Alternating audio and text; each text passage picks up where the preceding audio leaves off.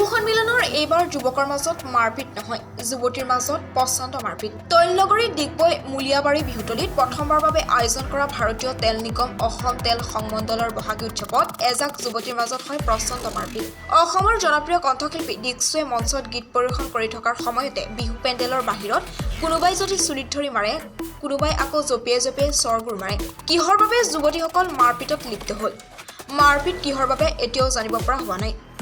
যদিও নৱপ্ৰজন্মৰ কোন দিশে গতি কৰিছে তাক লৈ সচেতন মহলৰ মাজত সৰব চৰ্চা হৈছে।